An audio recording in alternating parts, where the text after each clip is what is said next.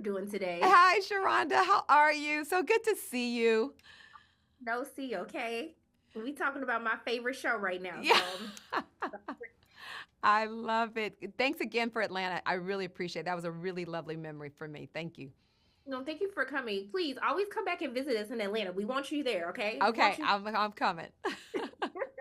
But I love that, we talk about how this is going to be everyone's first representation of like Black love in media for some Wow. people. So I want to know for you, like, can you speak to the importance of that? But also, too, like, who was that first representation of Black love for you while watching TV or movies? Wow.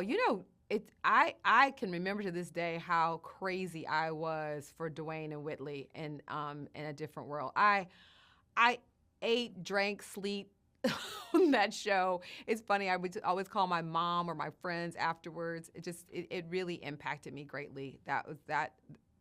And there's probably one before that, but that's the one that I remember in a very visceral, beautiful way. So that's for that. And I think it's funny when I'm crafting story, I don't think about those big ideas. Like this might be the first image. I'm really just trying to get this story right. I really want to make sure that I'm being true to that. I think it's when you come out of it and you're celebrating it right before launch that you realize, oh shoot, maybe that's why it was pulled on my spirit to do it. I actually, I really believe in co-creating these stories with God, and like maybe that's why I'm supposed to do it. Maybe the divine timing of Judy saying, "Hey, my body of work."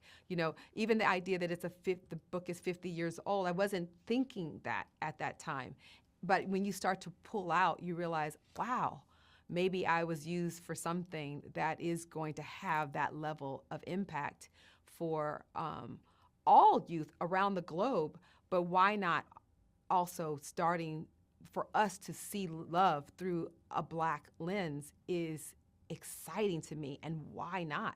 And that kind of blows my heart open a little bit thinking about that. And I'm proud of it. I'm proud that this might be someone's first image of love.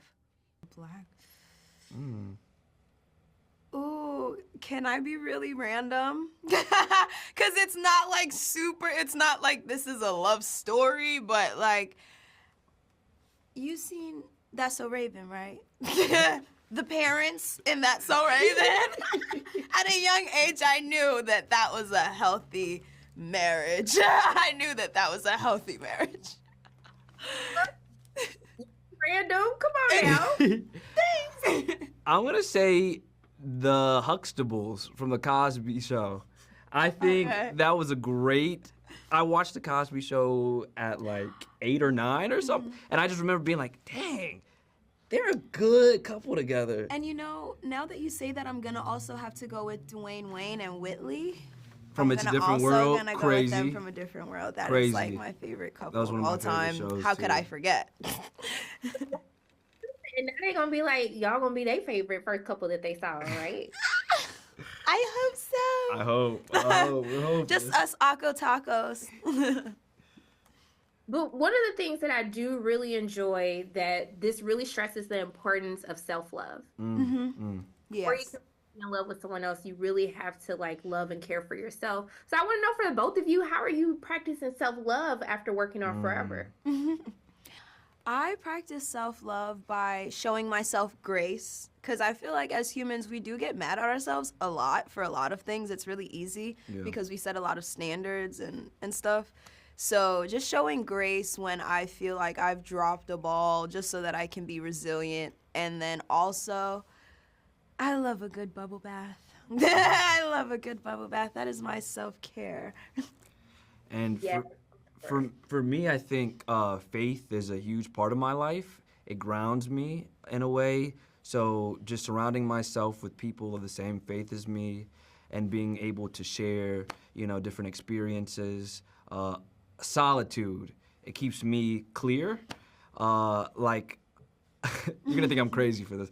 I have a flip phone just to kind of disconnect sometimes. Yeah, I have a flip phone sometimes just to disconnect because, the world can be overwhelming sometimes. And I think it's important for us to take our time and, like Lovie said, give ourselves grace and space. And self-love is the best love. So you got to do what you got to do.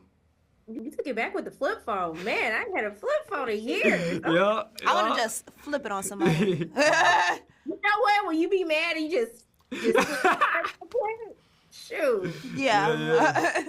The new young adults, y'all gonna be all right. I'm happy with these responses. Okay, love on yourself, please. Absolutely. Yes. But also too, I think it's important that I feel like we have a lot of pressure growing up. All these expectations. Yeah. Like you been watching the series. I wanted to call my mama like, girl, you was stressing me out. Okay. So I want to know like, how have you made sure, like I like Lovey that you said, like you try not to be too hard on yourself, and both of you talked about giving yourself grace, but how do you make sure that you're not letting like your goals and your dreams kind of outweigh your happiness? Mm-hmm. I would say what my grandfather says in the show. He has a line where he says, what if you get hit by a car today? Like, you got to find the Howard in your life now, like before, because you're chasing something, but you got to find what's making you happy, like in this moment, in the present. So, yeah. I love it. How about you?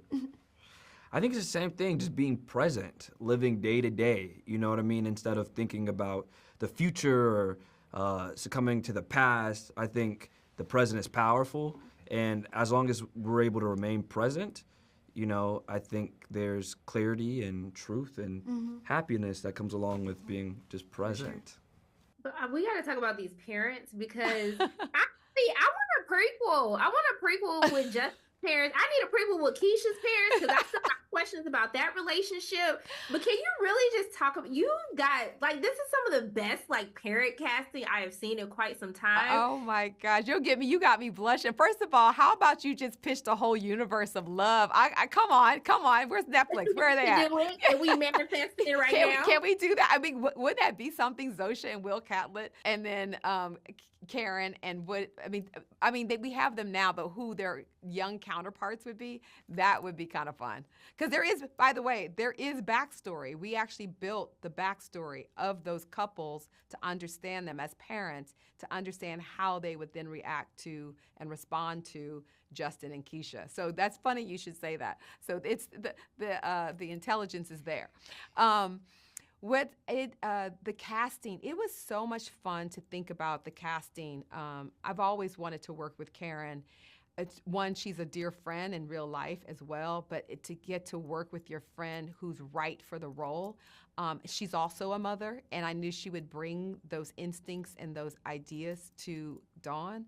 But Wood Harris, who I love, I've never seen him in a role like this. He's never been somebody's father on television, but yet when I met Wood in real life, he was my oldest son's basketball coach when he was around 5, 6, 7, 8, somewhere around there.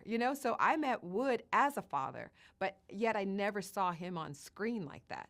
And what he brings to the role, and I think he's going to allow a lot of Black fathers to be seen and in a lot of ways that they're not really thought of as great fathers. Again, Zosha, I've loved Zosha since I saw her in Precious, and so I've been wanting to work with her forever and her to bring the sensibilities to Shelley.